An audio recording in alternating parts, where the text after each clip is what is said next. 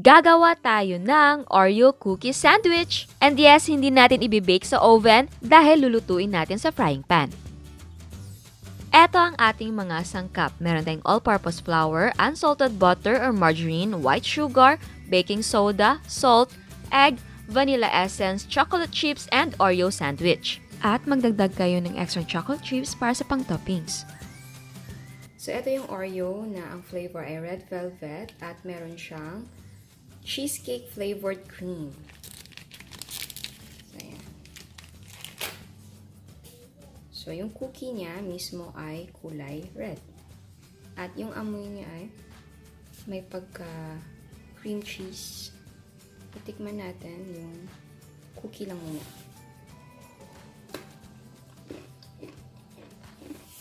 Yung cookie niya, ito, ang flavor niya ay meron siyang hint of a red velvet cake na flavor, pero very, very, very light. Hindi mo talaga masasabing kung first bite mo parang hindi. Pero very, very light lang.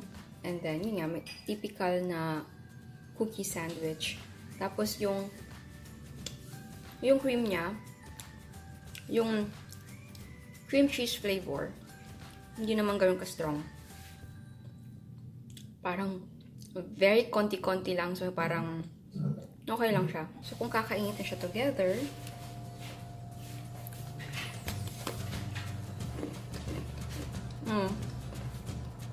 yun nga, meron siyang konting heat ng red velvet cake. In a bowl, combine all-purpose flour, baking soda, and salt.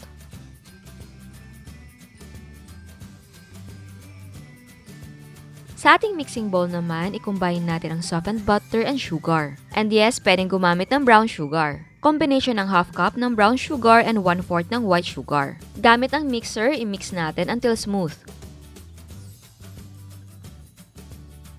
Kapag nahalo na mabuti, ilagay ang egg and mix well.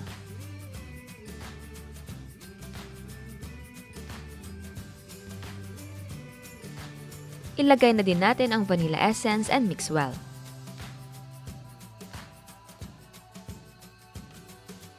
Ngayon naman, add flour mixture by batch. So, pwede mong gawing 3 additions.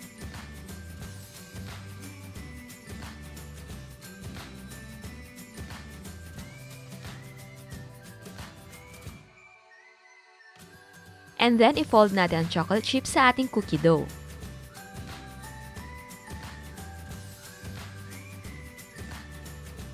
I-prepare natin ang Oreo sandwich. So, tinanggal ko lang ang kalahati ng ating Oreo. At mag-roll tayo ng 1 tablespoon ng ating cookie dough. Tapos, ipatong natin sa Oreo na may cream. At ipatong naman natin sa cookie dough ang kalahati ng ating Oreo cookie. At i-press natin ang center para ma-flat ang cookie dough. Mag-add lang tayo ng chocolate chips para mas magandang tignan kapag naluto na.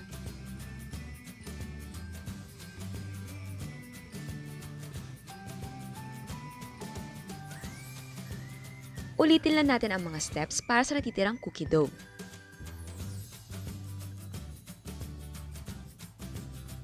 Ngayon naman, magpahid tayo ng konting oil sa ating frying pan.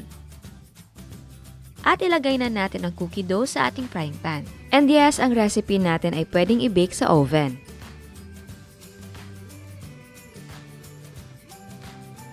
Takpan at lutuin natin over very low heat for 20 to 25 minutes. So, ganyan kahina ang apoy natin. So, yan ay mas mahina pa sa low heat ng stove ko. So, after 20 or 25 minutes, luto na ang ating mga cookies. Kung feeling mo medyo kulang pa, pwede mo extend ang cooking time. Kapag luto na, hanguin ito ng dahan-dahan dahil malambot pa ang ating mga cookies. And then, cool the cookies completely. At continue lang ang pagluto sa natitirang dough. So, ayan, ito yung likod ng ating cookies. Medyo light. Ito namang isa ay medyo dark. Again, kung gusto nyo na mas darker ang cookies. At kung gusto nyo na medyo firm, extend nyo lang ang cooking time. So, ayan, ito ng ating no-bake Oreo sandwich cookies. At bago tayo mag-taste test, sa hindi pa nakasubscribe, please subscribe sa ating YouTube channel. And please click the notification bell and please click all para ma-notify ka sa lahat ng uploads. So, ayan, titikman na natin.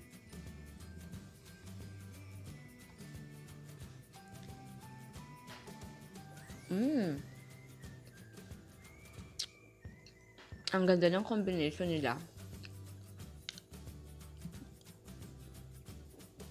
And yes, bagay ito. Yung ibang flavor ng Oreo, gaya ng chocolate, tsaka nung vanilla. Yung palaman ng ating Oreo, pwede mo namang tanggalin. Tapos ilagay mo dun sa cookie dough.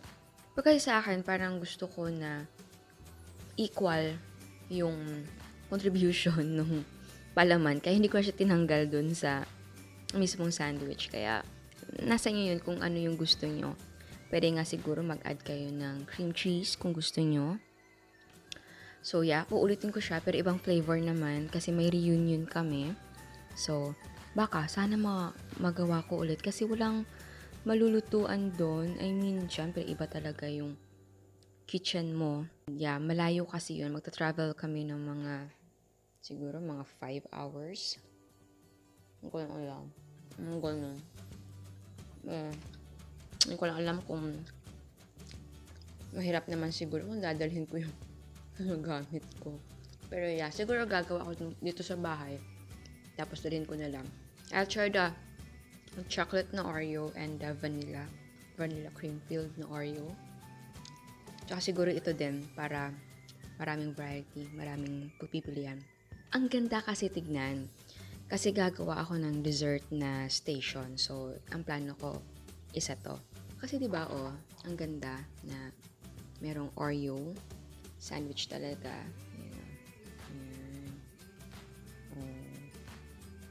So again, kung gusto niyo na mas brown, pwedeng mas matagal mo siyang lutuin.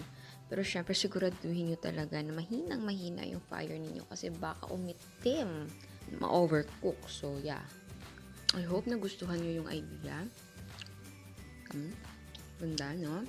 At masarap. At habang kumakain ako, syempre, meron tayong tea. Masarap kumain na matamis or cookies, mga ganun, pastry na kasama ang tea. Noon, bata pa ako, hindi ko na-appreciate yung tea, pero ngayon, okay naman, diba?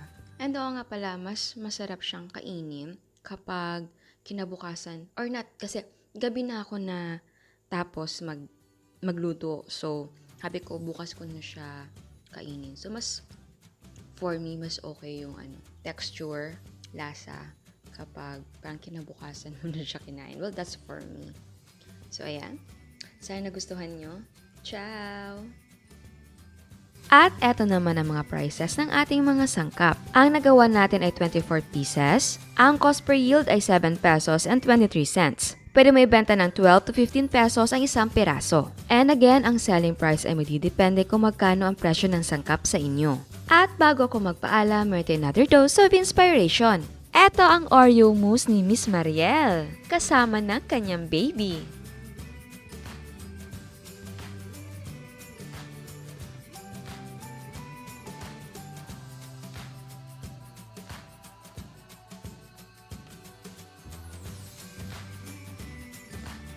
Eto naman ang kanyang moist chocolate cake.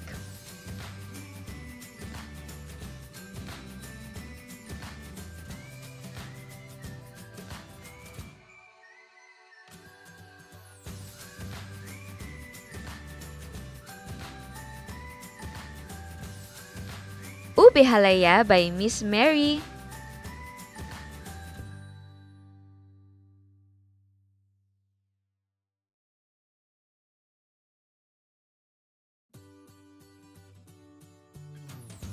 Meron siyang ice cream.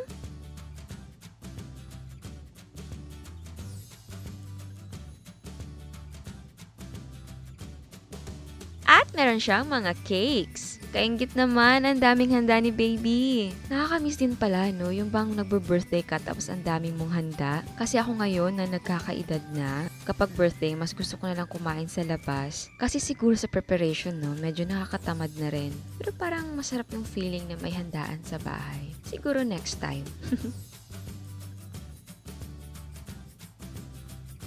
Again, salamat sa lahat na pinapadala yung pictures. Yung iba hindi ko pa talaga check, sorry naman. But yes, of course, i-check ko yan. Magsisimula ako sa pinakababa para sa first sender natin. So again, salamat and I'm so happy nakikita ko yung mga gawa ninyo. Honestly, mas magaling pa kayo sa akin. Again, napaka-proud ko sa inyong lahat at salamat sa suportang binibigay nyo sa channel natin.